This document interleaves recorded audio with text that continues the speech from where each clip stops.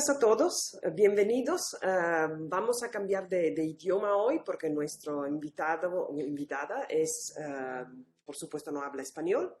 So let's switch to English. Welcome everybody. I'm really glad to introduce today's speaker, Dr. Medha Pathak. So let me read a little bit from her CV. So Medha did her Bachelor of Science studies in biochemistry and chemistry, and after that also her master studies in life sciences, neuroscience in her native India. She then moved to the United States, and precisely to the University of California, Berkeley, to study for her Ph.D. in biophysics. She moved to the other side of the country afterwards for her postdoctoral stay at Harvard Medical School. And then she returned back to California, quite a lot of travels, this time at the University of California, Irvine. And she's working there since January 2011 in different roles. She is now assistant professor at the Department of Physiology and Biophysics with a joint appointment in the Department of Biomedical Engineering. So let me read a little bit more. She has published 24 articles and she has 2 provisional patents under her name.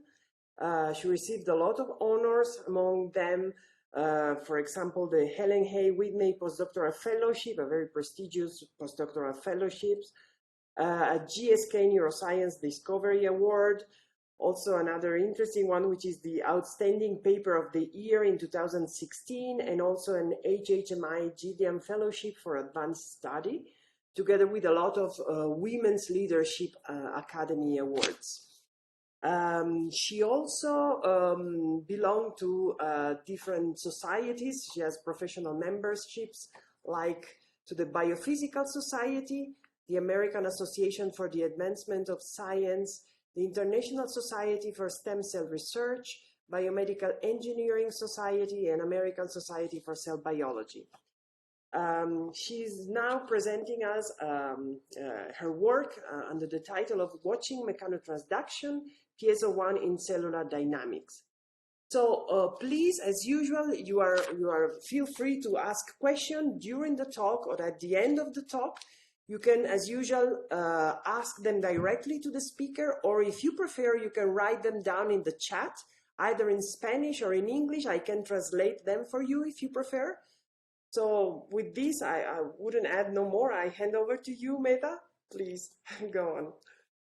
Thank you so much, Valeria, for the invitation to share our work with all of you and that very kind and generous introduction. It's really a pleasure to be here, and I have very fond memories of Mexico because that was our last trip before the pandemic hit, so it feels very special in many ways, and I very much look forward to returning again and hopefully visiting you all in person in the future. So today I'm going to share with you some of the work that we've done in my laboratory, and I do have several movies that to share, and just to help them play without any lag, I'm going to turn my video off. I hope that is okay, but I think that'll help us with the bandwidth. And as Valeria said, please feel free to stop me along the way with questions. I don't see the chat screen in front of me, so if you have any questions, just speak up, and and I'll pause, and we can have a short discussion. Questions at the end are also welcome, so whatever you're comfortable with. So here, let me turn off my video now. Okay, so in my lab, we think about mechanical forces a lot. I'm fascinated by how cells interact with their environment, process information that they receive, and they use that information in making a variety of decisions. And in doing so, they're paying attention to mechanical cues in the environment, such as shear stress. This is the mechanical force that comes from the fluid flowing around the cells, if there is any, the hydrostatic pressure of these fluids. There can be strain forces as cells connect with each other and pull and push on each other. Also, as tissue grows, there can be dynamic forces arising from movement, for example, the heartbeat. And there can also be biophysical properties of the substrate, so just the stiffness of the substrate or the texture or the nanotopology of the substrate. And all of these have been shown to powerfully modulate cell fate and behavior. Now, in order for mechanical forces to modulate cellular signaling pathways, they have to be converted into electrical and chemical signals that cells can understand. And this is done by specialized proteins called mechanotransducers. These detect yes? Sorry that I interrupt. Did you switch slide? Yes, I did. Did it not? Is it not showing? No, we still see the first one. Oh, interesting. Okay, let me stop sharing and reshare. So I'm going to go back. Yeah, I switched a couple of slides. So let's see. I'm going to go back to Blue Jeans and then share screen. Desktop screen 2. Okay, hopefully you see my title slide again. Yes, yes. And now, let's see. Now I advance. Yes. Okay. Perfect. And it's still continuing to advance, right? Yes. Okay. Sorry for the interruption. Okay, no problem. Thank you so much.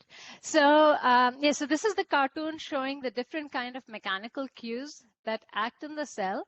And for these mechanical forces to be converted into electrical and chemical signals, cells use specialized proteins known as mechanotransducers. Now, these detect the mechanical cues, and then sometimes they do some signal processing on them as well, and then they convert them into electrical and chemical signals. And there are a variety of mechanotransducers that cells use, such as integrins and cytoskeletal proteins and membrane proteins and so on. We are particularly interested in one class of mechanotransducers, which is mechanically activated ion channels. And we think that these are unique type of mechanotransducers because they have features that make them fantastic first responders, signal integrators, and information encoders. So for example, mechanically activated ion channels can open very fast in sub-millisecond timescales. They can have high sensitivity, which means that they activate in response to very small forces. But at the same time, they also can have a large dynamic range, which means they can activate in response to also big mechanical forces. And so they can span a large range of mechanical forces, intensities that they can transduce. Their activity generates electrical and chemical signals because these are ion channels that when they open, they allow ions to go through the channel. And now these are ions are charged molecules that are going through the electric field drop across the membrane. And so that constitutes a physical definition of current. And then if you have a channel that is sensitive to calcium, its activity will likely cause calcium influx into the cell, which of course is an important signal, which of course is an important second messenger. Okay. And then finally, ion channels also have specialized ways to deal with repetitive mechanical stimuli. So for example, some channels will just stay open as long as the mechanical stimulus is present, whereas other channels will turn themselves off if a mechanical stimulus persists. And this can be either through a process called inactivation, where the channel is not sensitive to any subsequent mechanical stimuli that arise for a period of time, or it can be through a process of adaptation where while the channel turns itself off, it still retains the ability to activate in response to a subsequent mechanical cue. And different channels use different such strategies, and so you can have a very wide range of information encoding to the same type of mechanical stimulus if a different channel encodes it.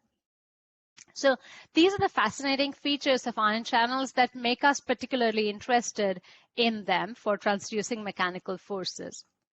And the presence of mechanically activated ion channels in cells had been known since the 1970s. So these are landmark experiments done by David Corey and Jim Hudspeth, which first measured the electrical activity of mechanically activated ion channels in inner ear hair cells.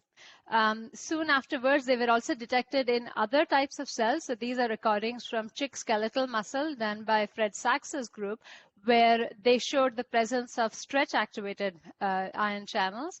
And then they were also discovered in bacteria as well as in plants. So the bacterial and plant channels were identified a few years after the discovery of these these recordings were made.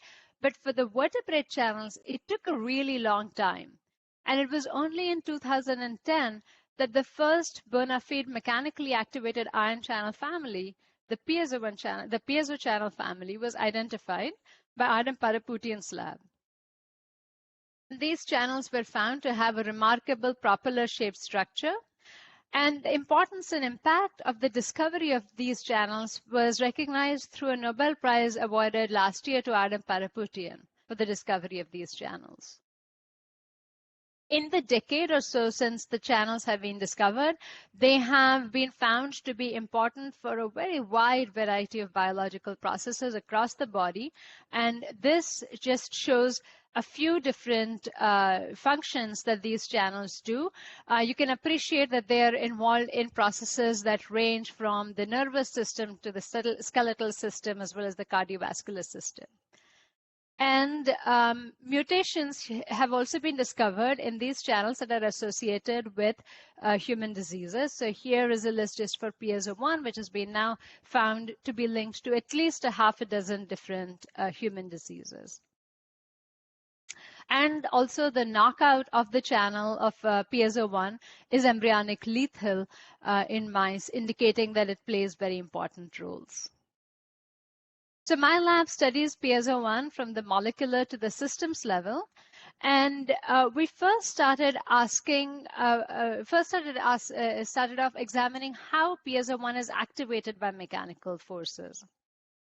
And the standard approach for studying Piezo1 activity is, of course, electrophysiology, so patch clamp electrophysiology, which measures the electrical signals produced by ion channels.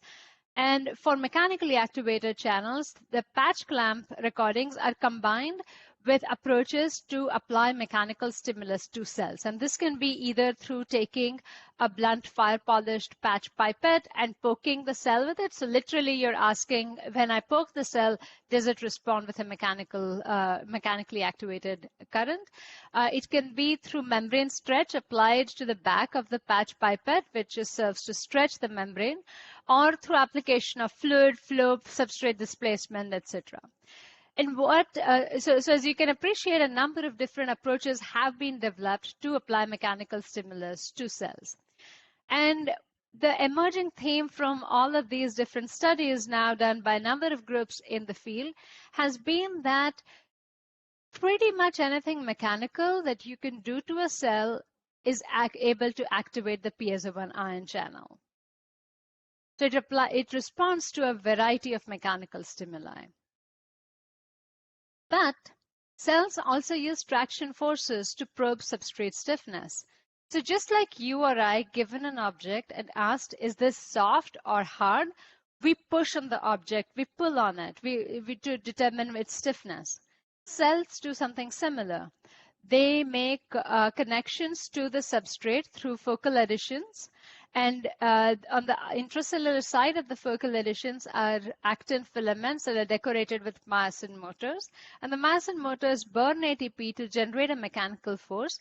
This force is communicated along the actin cytoskeleton through the integrins to the substrate that the cells are on.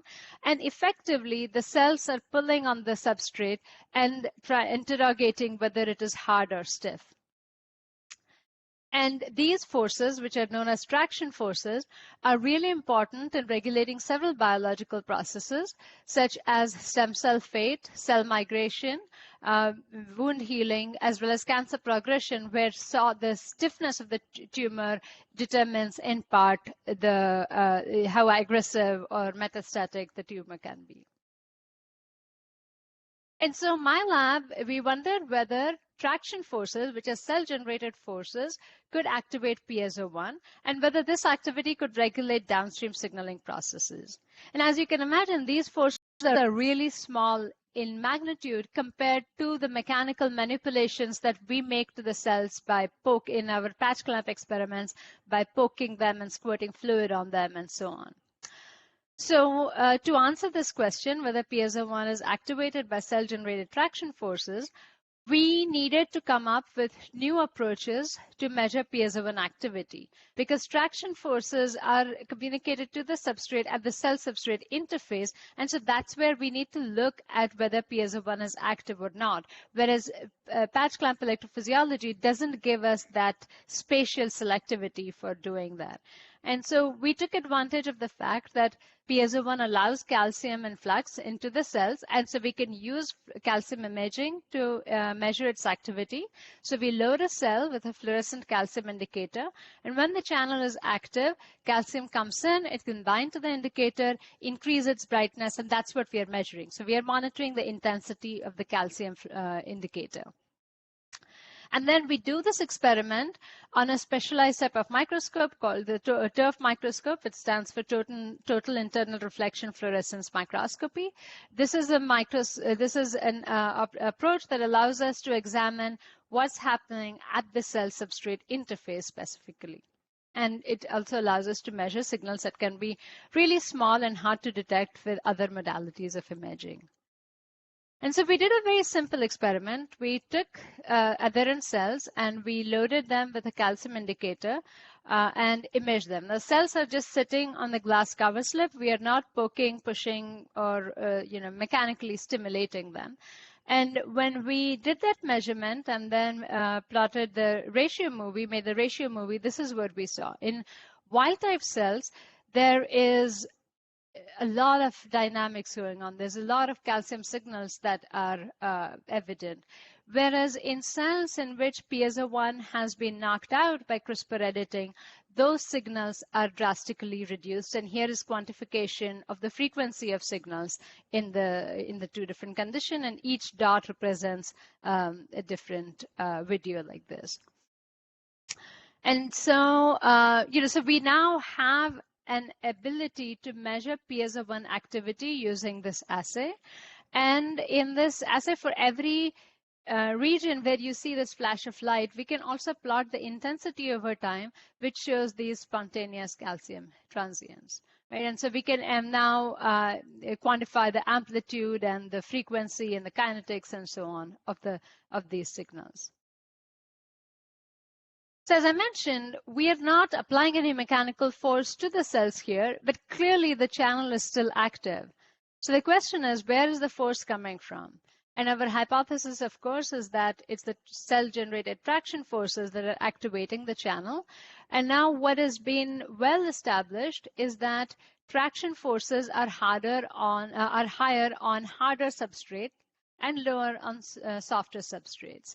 And I like to use the analogy of opening a door. When you're trying to open the door, if it doesn't open the first time around, if it's a little bit stuck, you try again applying more force. And so I like to imagine that cells are doing something similar. If they don't, if when they apply traction forces, the substrate doesn't give, then they try harder. They upregulate the myosin expression. They increase the phosphorylation of the myosin, which increases the activity, and the larger traction force is generated, which you can, and there are techniques available to measure these traction forces on, which have demonstrated that there are higher traction forces on harder substrate. So our hypothesis of the question then becomes for us, is piezo1 activity also higher on substrate stiffness if traction forces are higher on those stiffnesses? So we made TIRF-compatible silicone substrates that allow us to, and then seeded cells onto these, and then did the same TIRF measurement that I showed you earlier. And what we saw was that on soft substrates, there were hardly any piezo1 calcium flickers, and as substrate stiffness increased, we saw more and more of these. And here is a plot of the amplitude and frequency of events on these substrates. And the highest substrate that we tried was glass, shown here in black. And what we saw was that as substrate stiffness increases, the amplitude as well as frequency of the substrate of the piezo1 calcium flickers increases, with the highest flickers seen on glass, the hardest substrate that we tested. So this is consistent with our hypothesis. And then we did another experiment. So as I mentioned, the myosin motors generate traction forces. And we used a drug against myosin 2 known as blebistatin. Go ahead.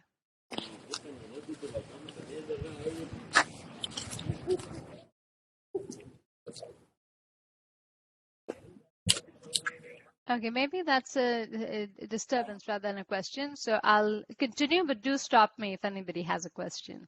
Yes. Okay, so we use blebistatin, a drug that inhibits the myosin 2 activity. And what we found was that application of the drugs in our assay could reversibly inhibit the Piezo1 calcium flicker. So when you apply the drug, you see a reduction in the amplitude as well as the frequency of the Piezo1 calcium flickers, and then you can wash out the drug and the activity comes back. So together, these experiments convinced us that traction forces are activating the Piezo1 channel. So we were now curious whether this activation of Piezo1 is local or global. That is Piezo1 activity limited to where there are regions of traction forces, or is the mechanical stimulus of the traction forces propagated over longer distances to elicit global activation of the channels? And so to answer this question, we collaborated with Ian Parker's lab. His graduate student, Kyle Ellefson, had generated an analysis algorithm called Flicker that did automated detection of calcium signals, such as the ones I've shown you, and did super resolution analysis to pinpoint with very high spatial precision the source of those signals. So we applied Kyle's algorithm to Piezo1 calcium flickers, and we took movies such as this one. This is against the same type of experiment that I've shown you before, just a different movie. And we can pass it through Kyle's flicker analysis algorithm. And what it returns to us is a super resolution map of active Piezo1 channels. So at every white spot, at every place that there is a calcium signal here, the algorithm is putting a white dot which pinpoints a location with high precision of the active Piezo1 channel. And looking at this, what jumped out to us was that these white dots are not distributed randomly all over the cell surface. They tend to cluster together in hotspots. Is there a question? No, Medha, I don't think so. Well, please, everyone, turn off your microphone if you are not going to ask a question. Otherwise, it's disturbing for the auditorium. Sorry, Medha. No problem. Thank you. So our question now is, do hotspots of Piezo1 activity correspond to regions of traction forces? And to answer this question, we collaborated with Alex Dunn's lab because their lab had generated the perfect tool to address this question. So this is a FRET-based molecular tension sensor. And briefly, one can deposit a carpet of these sensors on a cover slip and then seed cells onto them, and then measure the FRET signal from the sensor.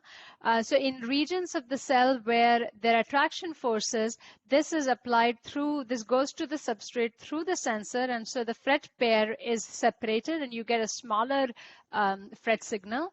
And but in regions of the cell where there are no traction forces, you get a higher FRET signal because the FRET pair is closer in distance.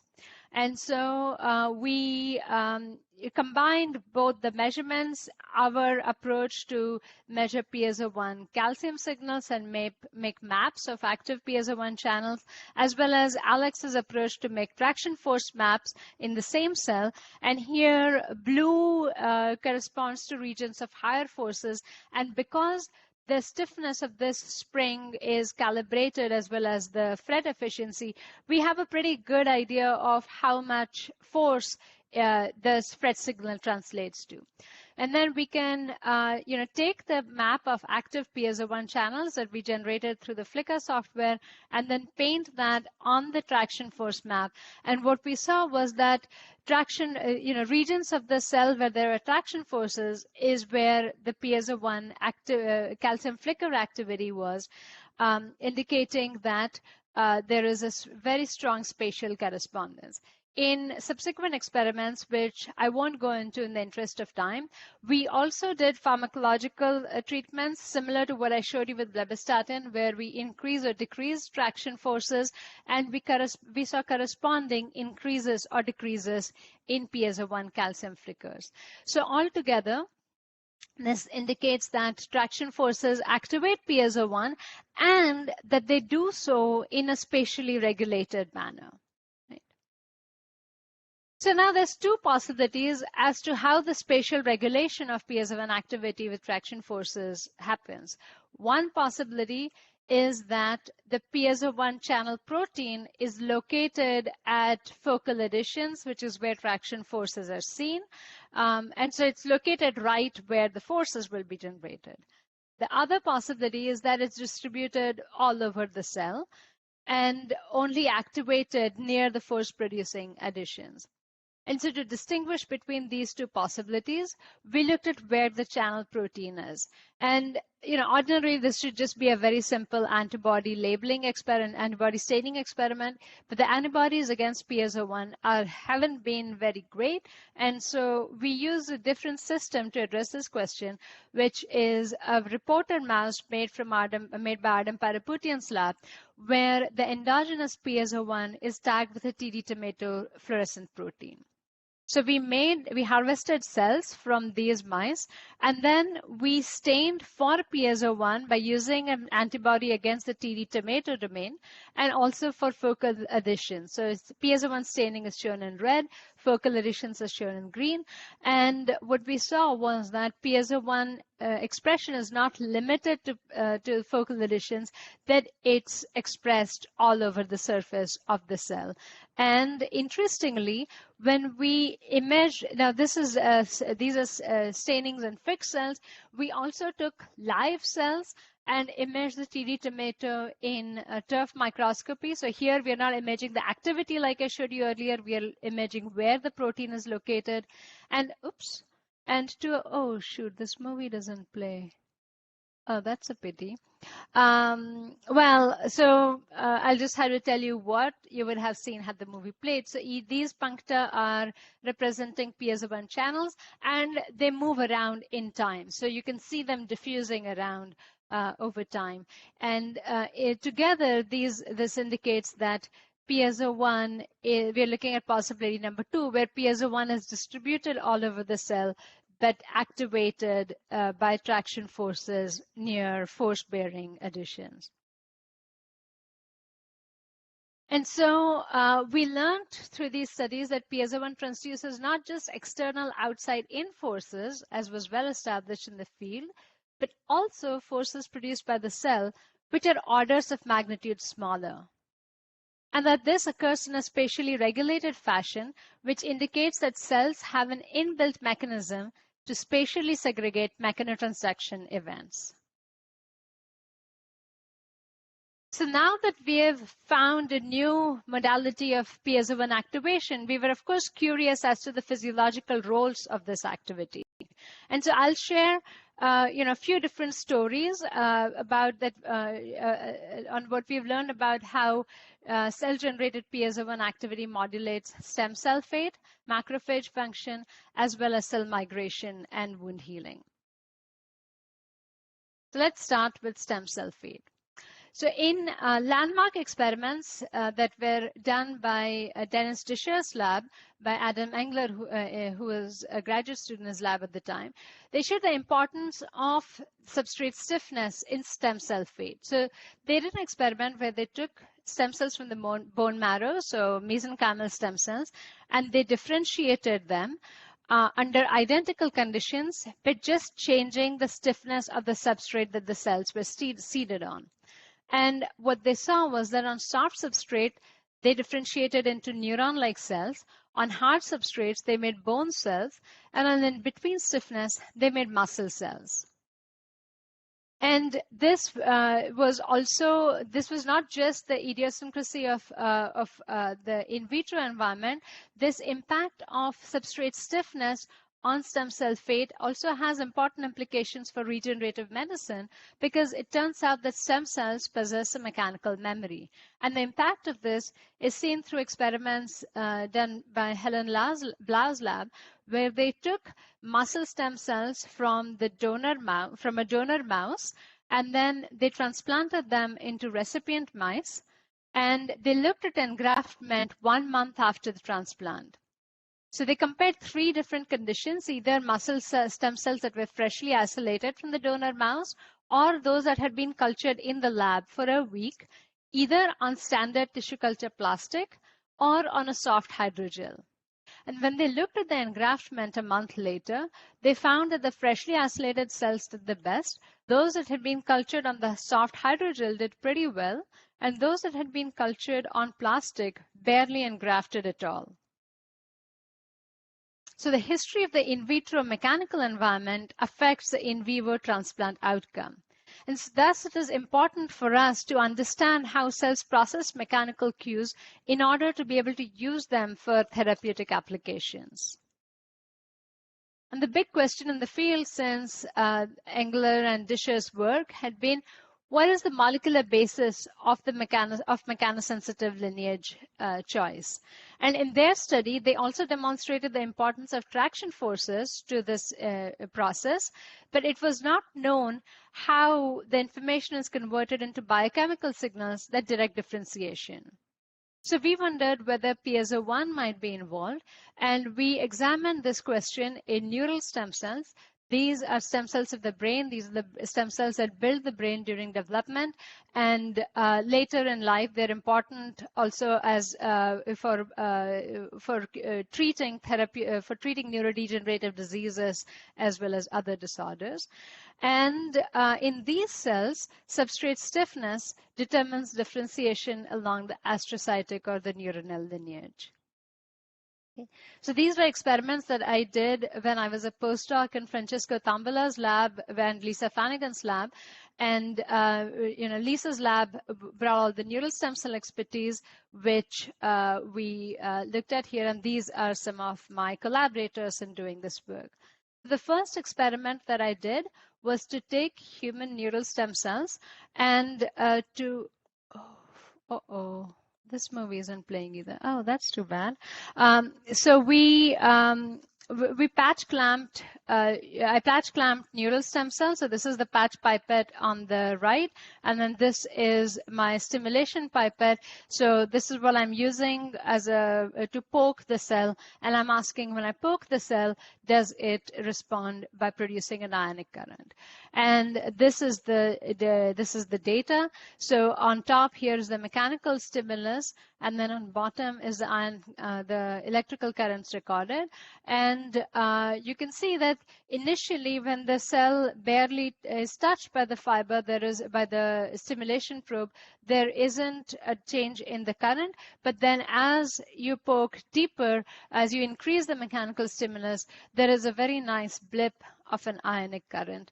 And if you plot the intensity of the current or the amplitude of the current over the stimulus intensity, it follows a Boltzmann relationship as the channels go from the resting closed state in the absence of a mechanical stimulus to an activated open state as high mechanical stimuli. And so this convinced us that neural stem cells did indeed have mechanically activated ion channels. And then we were, of course, interested in knowing which ones. We know the molecular identity of the channels. And so we first did a solution. We first sort of biophysical fingerprints of channels are the pore properties, and one of these is the ions that the pore is capable of passing through. And so through standard ion channel biophysics, solution substitution experiments, we were able to show that the channel is a non-specific cationic channel, which means that it passes sodium, potassium, calcium, and so on. So armed with this information and some additional information regarding the pharmacological sensitivities of the channel, we then made a list of known candidate channels at the time and did qRT-PCR to determine which of these is expressed in our human neural stem cells. And we found that one of them, Piezo1, is expressed much higher than the others. So we then used siRNA against Piezo1 to see if that affects the ionic currents that we had recorded in patch clamp experiments. And here is the data. So when we transfect with Piezo1 siRNA, we lose the current. So this is a representative trace, and this is quantification from dozens of cells in terms of the ionic current, and then also in terms of the mRNA expression, just to be sure that our siRNA was indeed knocking down Piezo1, but not affecting some of the other things. And on the other hand, when we transfect the cells with control non-targeting siRNA, we don't see a reduction in the currents produced, indicating that these neural stem cells indeed express Piezo1, which is giving rise to the channel activity that we record in our patch clamp experiments. So this was really exciting for us because at the time that we made this finding, Piezo1 had been identified less than 2 years ago.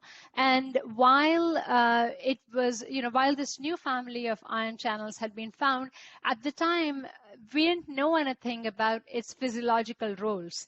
And so here we were seeing expression and activity in a cell type that is really important for building the brain as well as for repairing it later in life. And so we were really excited about this finding. And then I asked the next question, which is whether Piezo1 affects lineage choice. So the patch experiments were done with neural stem cells and proliferating conditions. And now we differentiated them. We shifted them to a differentiation media that has chemical instructive cues to differentiate the cells. And as I mentioned before, these cells can make neurons or astrocytes. Under standard in vitro conditions, they don't make a lot of oligodendrocytes. So we didn't look at generation of those, but we looked at the formation of neurons and astrocytes under conditions where we inhibit Piezo1. So here is neuron formation when we pharmacologically inhibit the ion channel with a spider toxin GSMTX4, or we genetically knock down the channel again using siRNA. And in both conditions, we found that the neuron formation is lower. But then when we look at astrocyte formation, in both of those conditions, we see that astrocyte formation is higher. So to summarize this story, we found that neural stem cells express mechanically activated ion channels encoded by the Piezo1 gene, which lets in calcium on substrates that are stiff. And under these conditions, in data that I didn't show you, we also found that YAP, which is an important transcriptional coactivator, which is mechanically regulated, is localized to the nucleus. But when we knock down the channel with siRNA, YAP is excluded from the nucleus in a large percentage of cells. And under these conditions, we see more formation of astrocytes at the expense of neurons. So based on this, we propose that Piezo1 is a determinant of mechanosensitive lineage commitment in stem cells. So these experiments also suggested that Piezo1 may play a role in neural development. Now, we don't think of the brain as a very mechanically dynamic organ, but in fact, if you think about it, there are a lot of mechanical cues that are found in the brain. So for example, we have ventricles in the brain which are filled with cerebrospinal fluid. So this fluid can exert hydrostatic pressure. Then our cilia at the border of these ventricles that beat the fluid back and forth, and so you get a shear flow. There are also other mechanical cues such as stiffness of the tissue, and this changes during development. It also changes during disease. And then there are, of course, cytoskeletal forces as in the cells that make up the brain. And the mechanical cues that are present in the developing brain have not been shown to modulate the formation of the brain quite significantly. Right. So our hypothesis then is that Piezo1 affects neural development. And so we used constitutive Piezo1 knockout mice. These that were made by Adam Paraputian's lab. And then we looked at looked at brain architecture at mid-gestation time points. And the reason that we used mid-gestation time points is because I mentioned to you earlier that the knockout is embryonic lethal. And so at this time point, which is E10, embryonic day 10.5, you still get enough embryos. This is before the lethality has significantly set in. And so this is what we saw in these are H&E sections of the brains of wild type and knockout mice. And what we saw was that the knockout brains looked quite underdeveloped. The neuroepithelium is thinner. And if you zoom in and look closely, you also see that it's more disorganized. It's thinner, which means there are fewer cells, but then also the borders, both on the basal side as well as on the apical side, they're quite disrupted, and there are these gaps in the tissue. And when we look more closely at that with staining, so here we are staining against nestin, which is a marker for neural stem cells, you can appreciate that in wild type, the nestin stained cells are organized in these linear arrays, whereas in the knockout, that is disrupted. So we are seeing fewer cells. We are also seeing that the architecture, the organization of the cells is impacted. We also, at this stage of development, which is a pretty early time point, you have neural stem cells and neurons. So these are the two main cell types in the neuroepithelium at this stage. So we looked at also staining for neurons. And we see when we stain with a neuronal marker TUJ1, we see that in the wild type brain, they begin to form, and they're typically generated here, and then they migrate to the basal side, and we see beautiful localization of the nascent neurons at the basal area. Whereas in the knockout, there's much less neurons in the knockout neuroepithelium, and that's quantified over here from multiple sections. And so there are clear deficits in the Piezo1 knockout brains. And to try to understand why this happens, we harvested neural stem cells and looked at it and worked with them in vitro. So we differentiated them. And we again saw that we see reduction in the neurons, as is the case in vivo. We were also able to do differentiation into astrocytes and oligodendrocytes. Now, these are not seen at the E10.5 time point in vivo, but because we are working in vitro, we can also evaluate differentiation into these other cell types that will come later in development. And we see that both are reduced, like the Piezo1 knockout neural stem cells, they're less efficient in differentiating. And this is a little bit different from what I showed you with human neural stem cells, where when we knocked down Piezo1, we saw more astrocytes forming and less neurons forming, whereas here all differentiated progeny are reduced in formation. And this could be differences in either the species or the human versus mouse, or it could be a more technical thing about the in vitro environment versus the in vivo environment. But the basic message is that there is still there is a disruption of differentiation even in the mouse brain.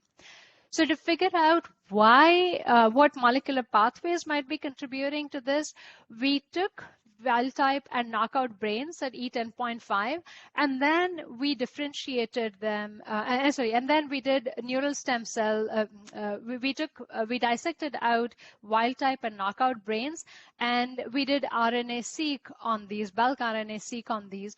And when we did pathway analysis, we saw that the top pathways to come up were related to cholesterol biosynthesis. So cholesterol biosynthesis happens through, it's a pretty long pathway. There's a lot of different enzymes that participate in the generation of cholesterol. And 16 of these enzymes, so each of the enzymes that was impacted is shown here as a red circle. So 16 of these enzymes were downregulated in the knockout brains, in the Piezo1 knockout brains, suggesting that cholesterol biosynthesis is impacted and that there may be less cholesterol in the knockout neural stem cells.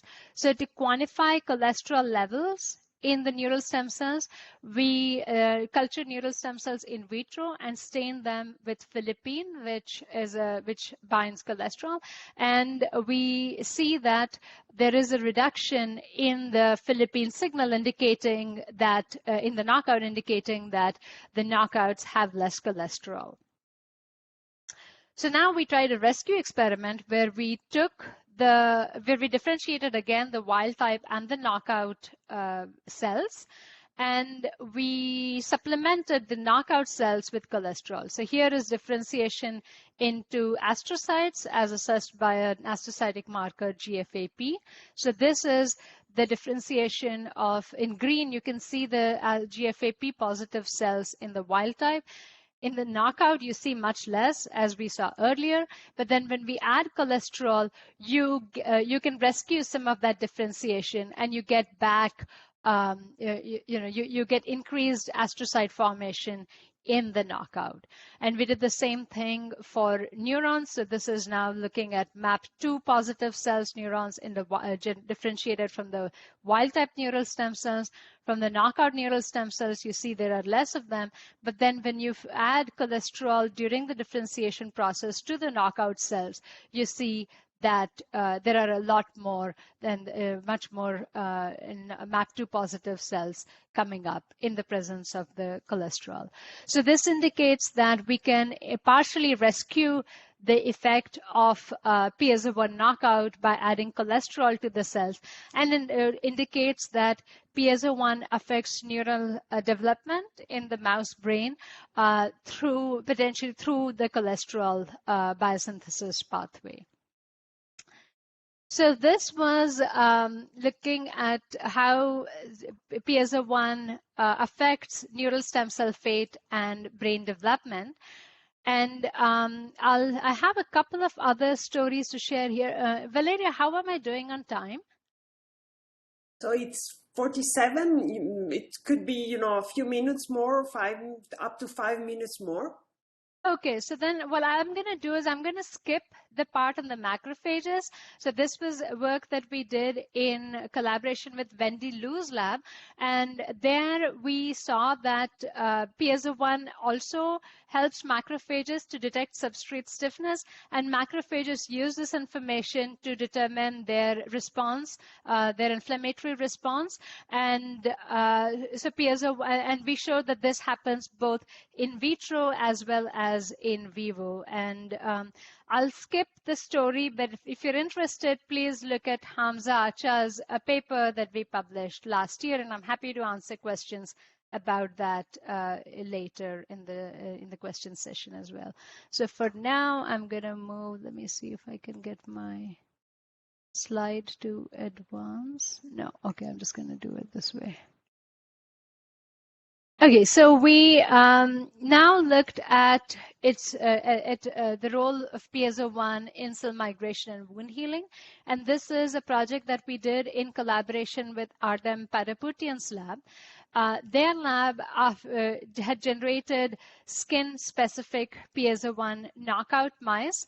And in skin wound healing, cell migration is an important aspect of the repair process. So after the formation of a wound, the keratinocytes which form the outermost layer of the skin, they migrate inwards to close the wound gap and reinstate the epithelial barrier. And this process of keratinocyte reepithelialization is known to be mechanically regulated, but the underlying mechanotransducers are poorly understood. And so Ardem's lab found that keratinocytes express Piezo1 and wondered whether they may play, whether it may play a role in wound healing. So we wondered whether Piezo1 could be a mechanotransducer in keratinocyte wound healing, and traction forces and cell-generated forces are important for the keratinocyte migration during wound healing. And so we wondered whether Piezo1 may show cell-generated activity like we had seen in other adherent cell types in the past. So in my lab, Jesse Holt did Piezo1 calcium flicker experiments with turf microscopy, just like I showed you earlier. And we found that in control keratinocytes, we did see Piezo1 calcium flickers, as we would expect. And then in keratinocytes where from mice where Piezo1 had been knocked out in the skin, we saw a reduction in the Piezo1 calcium flickers. And in another mouse strain that Adam's lab had made, where the Piezo1 in the skin harbors a gain of function mutation, we saw that there were more Piezo1 calcium flickers. Right. So now the question is, does Piezo1 affect wound healing? So this is work done by Adam Pataputian's lab, where they did in vivo wound healing assays. So they made skin wounds in the dorsal skin of mice, and they looked at wound sizes 6 days later, and they found that in knockout mice, the wound sizes were smaller. That is, the wounds were had healed faster than the control wild-type mice, whereas in the gain of function mouse, wound sizes at 6 days were bigger, which means that wound healing was happening slower. And so in my lab, we wondered how this was happening. So we took keratinocytes, we cultured keratinocytes, and we looked at their cell migration in vitro. So here is a movie with a control cell on the left and a knockout cell on the right. And you can see that the knockout cell is moving much faster. And this is also clearly visible in the quantification of the mean square displacement, the distance covered by the cells, which is much higher for the knockout. So to understand how Piezo1 may be mediating this, we again used the Piezo1 TD tomato reporter mouse made by Adam Pataputian's lab, and we this time harvested keratinocytes from it. And in keratinocytes that were not migrating, we again saw that Piezo1 is distributed kind of all over the cell surface. But surprisingly, when we looked at keratinocytes that were migrating, we saw that that Piezo1 is enriched at the back of the cell. The back of the cell is where during cell migrations you have a lot of retraction. So this hinted to us that Piezo1 may be involved in retraction. And so to study this, we took control keratinocytes, and then we imaged them in DIC for half an hour to get a baseline. And in we can now make a chymograph along the line like that, and we see that there's a protrusion and retraction. There are cycles of protrusion and retractions at the cell edge, which is exactly what you expect for a migrating cell. Now, we added a chemical activator of Piezo1, it's called Yoda1, and we continued the imaging, and we saw that the cells are much more dynamic now. And when we plot the chymograph, we see there's much more cycles of protrusion and retraction, and overall, there is a bias towards retraction. So you can see that the cell edge over time is retracting in there. Indicating that increasing channel activity is increasing retraction in the cells. And importantly, when we do this exact same experiment in the Piezo1 knockout keratinocytes, we don't see that increase after Yoda1, indicating that it is happening through Piezo1. Right. So now this is looking at retraction in single cells. Let's look at what happens in monolayers. So we first did an in vitro scratch assay where we culture a monolayer of keratinocytes, and then we make a scratch and we watch as the scratch heals. And this is control on the left and knockout on the right. And you can see that the knockout cells are migrating faster and farther into the wound gap. And that's also quantified over here where they show more wound closure compared to the control keratinocytes. So this is in the absence of piezo1, and then when you look at the kymographs of the wound edge, you can see that they are processively moving forward. There's very little retraction in these conditions.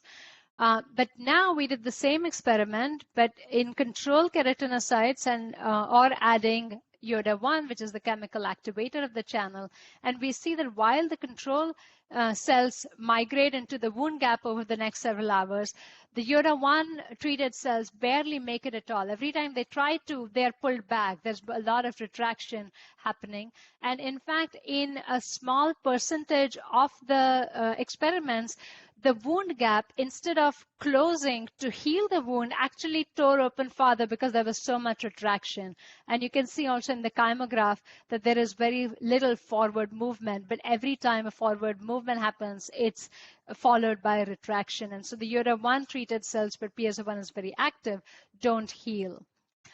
So now we looked at where Piezo1 is in these healing monolayers, and we see here we are doing DIC as well as looking at where Piezo1 channel protein is with the Piezo1 TD tomato keratinocytes, and we see that it's quite dynamic, and then there are periods where it enriches at the wound edge. There's some periods of time where at some regions of wound edge it enriches, as shown when the arrow pops up in a moment here.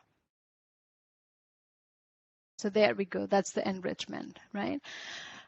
And so we stared at these videos for a very long time, and what we noticed was that in regions of the wound where there is no enrichment of Piezo1, the wound edge continues to migrate forward. But then when enrichment at the wound edge happens, that is followed by retraction of the wound edge. And so Piezo1 channels are gathering there and increasing the retraction, which then serves to slow wound healing.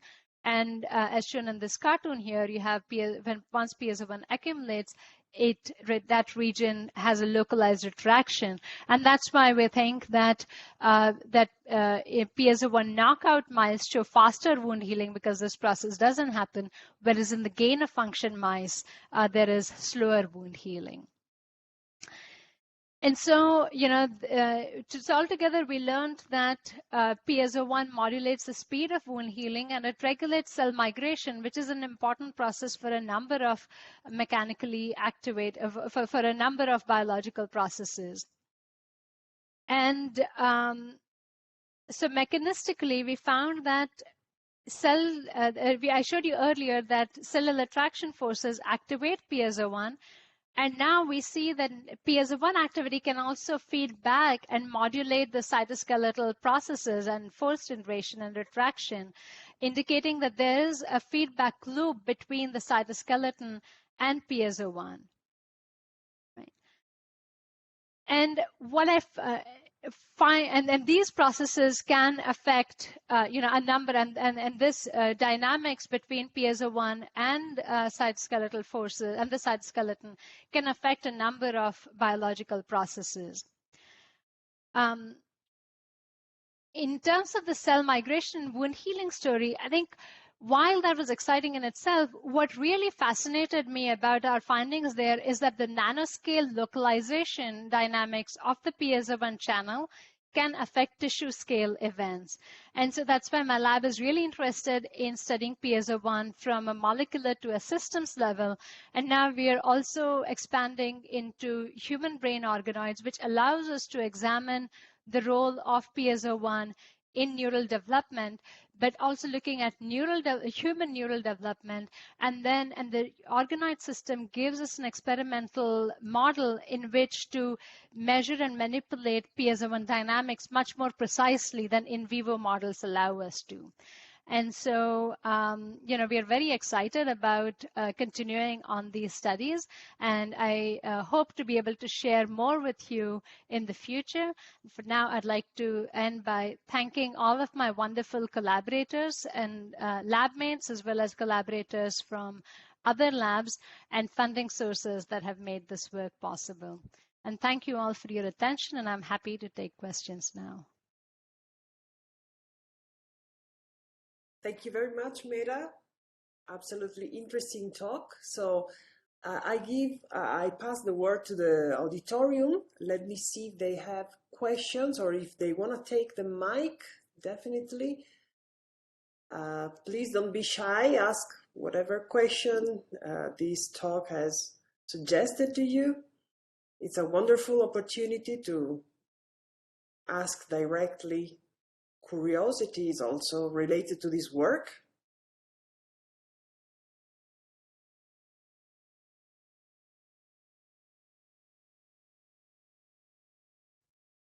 So, well, I will start. Oh, please, go on. Hi. Well, Doctor, excellent talk. I really loved it. And now Thank you.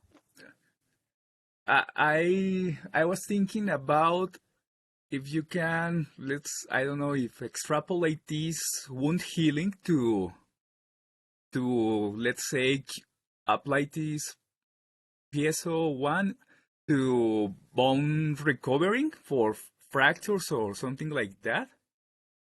Oh, that's an interesting thought. Yeah, so we haven't looked at that, but Piezo1 has been shown to be important for cartilage dynamics and bone formation, so there could indeed be roles for it in terms of improving repair of joints and bones. Okay, thank you. Yes, I also at the beginning of the talk, I was thinking about also in bones due to the structure that we have the spongy and compact bone. So I don't know how these different structures could affect the, let's say, the growth, or if we could control to growth either spongy or compact bone in this, let's say, wound healing. I think you're asking whether the spongy or compact bone could have different mechanical cues that would regulate the processes? Yes, exactly as it was the beginning of the talk that it shows it depended on the substrate. And in this case, I'm imagining the substrate as the either spongy or compact bone, that it has mechanical differences. So yeah, so that could certainly be possible, that the difference in the tissue mechanics between the spongy and the compact bone affects the mechanical cues. If Piezo1 is involved in that process, affects the mechanical cues detected by the channel and thereby shapes its activity. Okay, well, thank you, Doctor. I think that's all. Great. Some more questions? I have a couple, but I wait.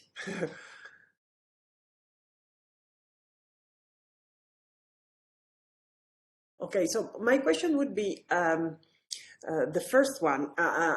You showed us a lot of beautiful experience. That's the other interesting aspect of your presentation for us, which is we are not very familiar with the biological side of your questions, but it's actually very exciting for us to understand that photonics approaches could help in unraveling details of these very important research that is being done. And so one of the things that you showed from the very beginning, also in your cartoons, was the involvement of the cellular cytoskeleton in this, right? And in particular, the actin cytoskeleton, if I understand correctly. Is there any clue that connects somehow piezo1 or any piezo to other types or other, the other proteins of the cytoskeleton, in particular tubulin, for example? Some indirect way in which piezo1 and tubulin interact in the cells. Is there anything that has been found up to this moment about this? I'm not aware in terms of activation of piezo1 by tubulin, but there has been a recent report where microtubule, I think it's microtubule acetylation, is impacted downstream of piezo1. I see. Yeah.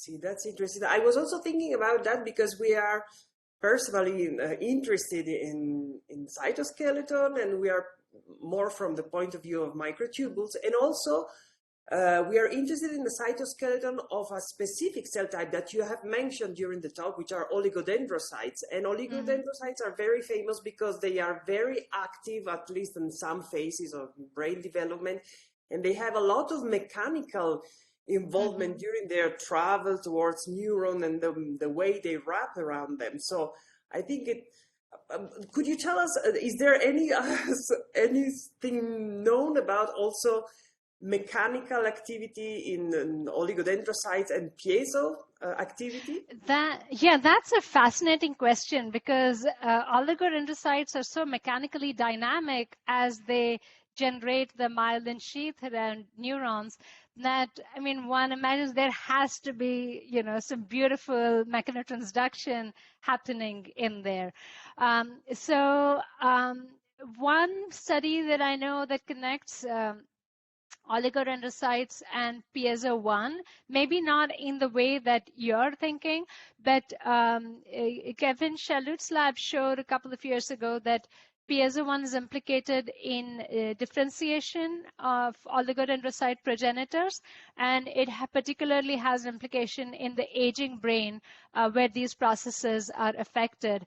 And there also they find, like we did, that it's mediated by the substrate stiffness impacting Piezo1. So, you know, so oligodendrocyte precursors certainly express Piezo1. Now, whether oligodendrocytes do, we haven't looked at that yet, and I don't know off the top of my head if others have. Great. But again, you know, if it's not Piezo1, I imagine there's some other ion channels that would be playing some kind of a role in that process. So that's what I would put my money on.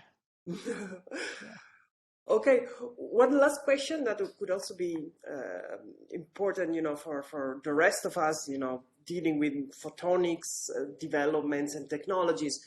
If you had a magic, if you have the possibility, you know, to express a desire about science and design a type of experiment involving photonics that could help you watching, because, you know, the first word of your talk is watching, and it's very important for all of us, you know, the capability of monitor some phenomena in time and in space also.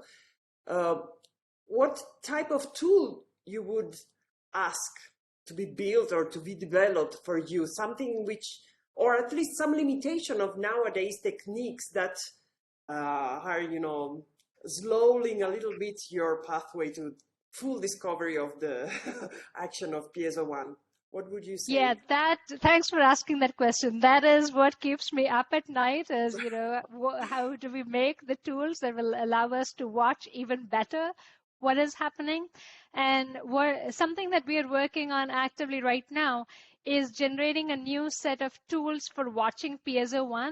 And I showed you in the first part of my talk how important it's to watch Piezo1 activity. In the second part of my talk, I showed you the importance of watching where Piezo1 is. And with current techniques, we have to pick between one or the other. But what we've become really convinced about now is we need to watch both, and we need to watch both at the same time as the cell is doing its thing, you know, as the biological process is happening. And we need to measure that as well, right? So we need to watch Piezo1 location, activity, as well as the biological process that we are interested in. So we are making a new set of molecular tools that are helping us to do that, and we're really excited about this. We are still validating, so we're very close to being able to share this now, and we're doing it in single cells, looking at Piezo1 activity and location and correlating them. Moving forward, what we'd like to do is take that to the tissue scale, and that will allow us to bridge the nanoscale dynamics of the channel with the tissue scale events that it so powerfully impacts. So this is kind of, in the immediate future that we're working on. Looking forward, my dream tool is to be able to do all of that, but also at the same time visualize mechanical forces in cells and tissues. Because right now we're kind of visualizing mechanotransduction, and we are using the mechanotransduction through Piezo1 as a proxy for where forces are and what they're doing. But to really understand how the system works, we need to be able to measure mechanotransduction as well as the upstream mechanical forces in cells and tissues, in live cells and tissues, as they're, as processes are playing out.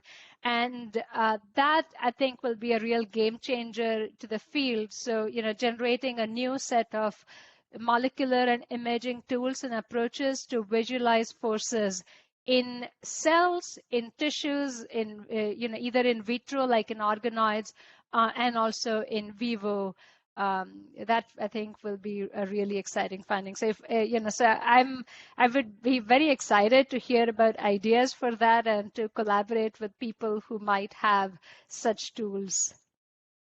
Okay, great. Thanks a lot. And everybody in the auditorium has heard about this invitation. So if you have ideas, you are welcome to get in contact with the doctor directly or through us. We can give you her contact. So Medha, thank you very, very much for your talk today. I think there are no more questions coming up. And one last question from anybody? Okay, looks like there's no more questions. Thank you very much again. I'm going to send you, at the end of this conversation, I'm going to send you the certificate of participation. Thank you very, very much. And I'll talk to you later, definitely. Thank you so much, Valeria. Thank you, everybody, for your attention. See you. Bye. Thank you, everybody. Goodbye.